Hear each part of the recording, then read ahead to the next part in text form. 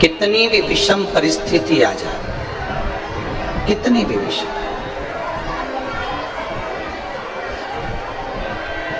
उस विषम परिस्थिति में केवल एक नारी, उस विषम परिस्थिति में केवल एक स्त्री, उस विषम परिस्थिति में एक स्त्री, एक नारी एक ऐसी होती है जो उस विषम परिस्थिति में, चाहे वो आपके घर की माँ हो,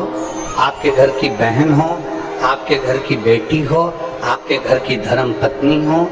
आपके घर की बुआ हो, आपके घर की काकी हो, आपके घर की नानी हो, आपके घर की दादी हो, कोई भी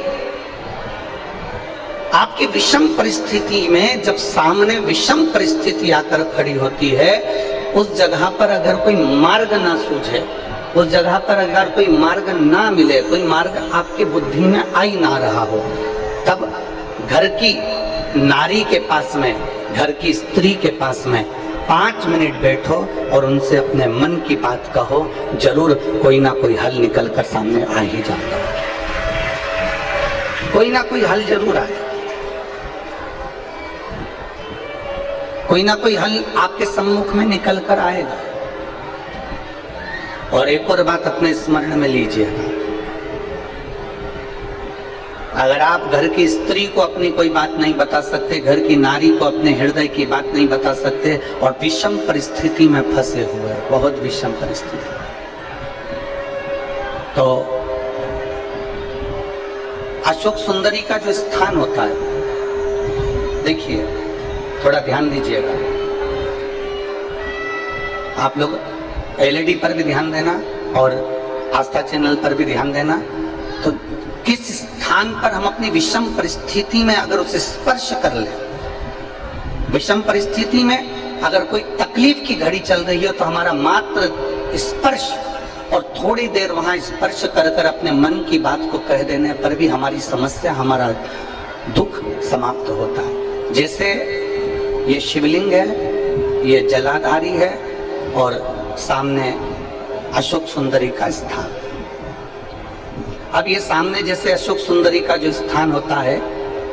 उस अशोक सुंदर वाली स्थान पर अपने हाथ, सीधे हाथ की 3 उंगलियां, मात्र 3 उंगलियां आप अगर स्पर्श करें और पंचाक्षर मंत्र नमः शिवाय, षडाक्षर मंत्र ओम नमः शिवाय या श्री शिवाय नमस्तुभ्यम का मात्र स्मरण करते रहे और कुछ देर उस स्पर्श करी हुई उंगली को थोड़ी देर रखने के बाद अपने हृदय से लगा के अपने मन की बात कहकर, भले आपने जल चढ़ाया नहीं चढ़ाया, और अपने घर को लौट कर आ जाएं, वो विषम परिस्थिति टल ही जाती है, उसका समय का दुख तकलीफ नष्ट हो ही जाता है।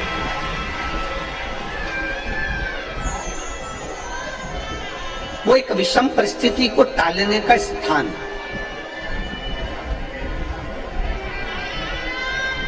कहते हैं कि जब हम अशोक सुंदरी वाले स्थान पर, जब हम हाथ का स्पर्श करते हैं,